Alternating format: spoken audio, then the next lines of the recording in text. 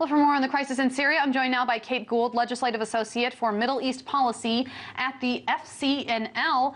Thank you so much for joining me. Great to be here. This Amnesty International report, it says that abductions, torture, killings, Sharia courts, secret prisons with inhumane conditions are just some of the things that are going on, and they're all coming back to that Al-Qaeda-linked jihadist group in Syria.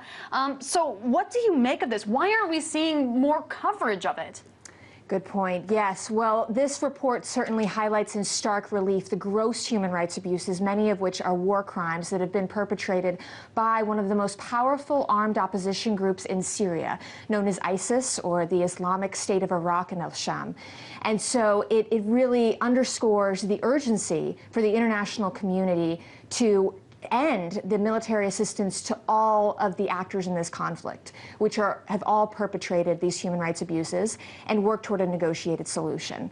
But unfortunately, it's not getting the attention it deserves. So how does this report reflect on the situation that is currently going on in the country? It shows that it's getting worse every day. The United Nations has warned this is the most grave threat to peace and security since World War II. So we're seeing it just get every worse day by day.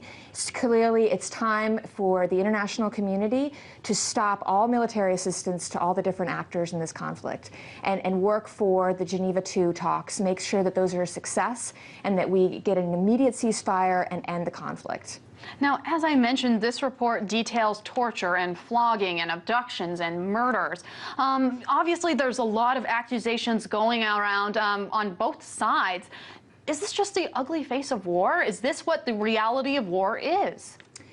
Well, clearly there are human rights abuses being perpetrated on all sides, and that is why it has to end. This is not inevitable. You know, seemingly intractable conflicts in Lebanon and Northern Ireland and South Africa, they ended when there was the resolve to do so. And we saw that there was the resolve to eradicate Syria's chemical weapons arsenal, and we're seeing great progress. We're seeing a rare moment of cooperation between the United States and Russia.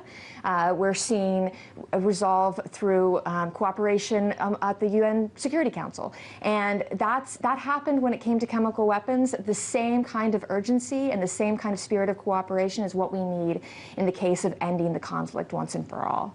Now, I want to take a moment to kind of focus on what's going on with these rebel groups. Obviously, there's a lot of loose affiliations with one another. There are reports that extremists and jihadists are bringing their fights into Syria. So what should we make of this rebel group at the moment, given all the fractions and friction within the rebel group?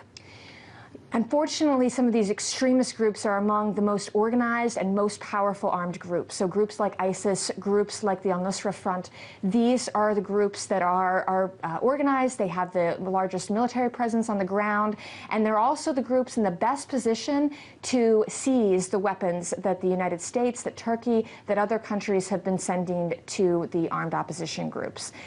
Yes, there is so many factions. They're estimated to be more than 1,000 different armed opposition groups, but these are the groups that have the most extreme groups that have perpetrated these barbaric acts have been the most powerful, the most organized, and the more that these weapons are sent, the more that these groups are emboldened to become stronger and more extreme. It's hard to determine. You know, everyone wants to know who's the good guys and the bad guys. In the fog of war back in World War II, obviously, you know, we like to say that there was distinct good guys and bad guys, but when we have wars these days, it's really hard to point out those exact distinctions, right?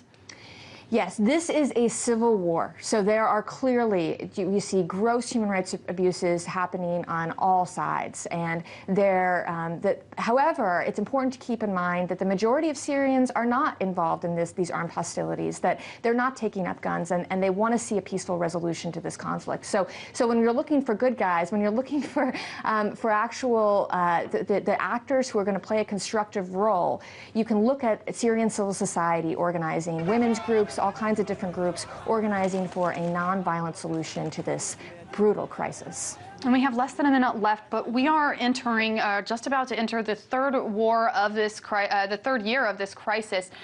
How much longer can this war realistically go on before it tips over the entire region into chaos?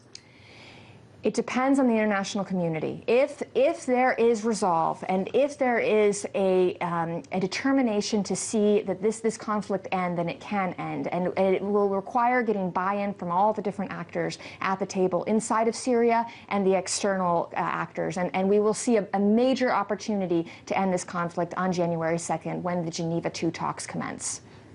And what about Christians in Syria? There are reports that the atrocities are going on against religious minorities.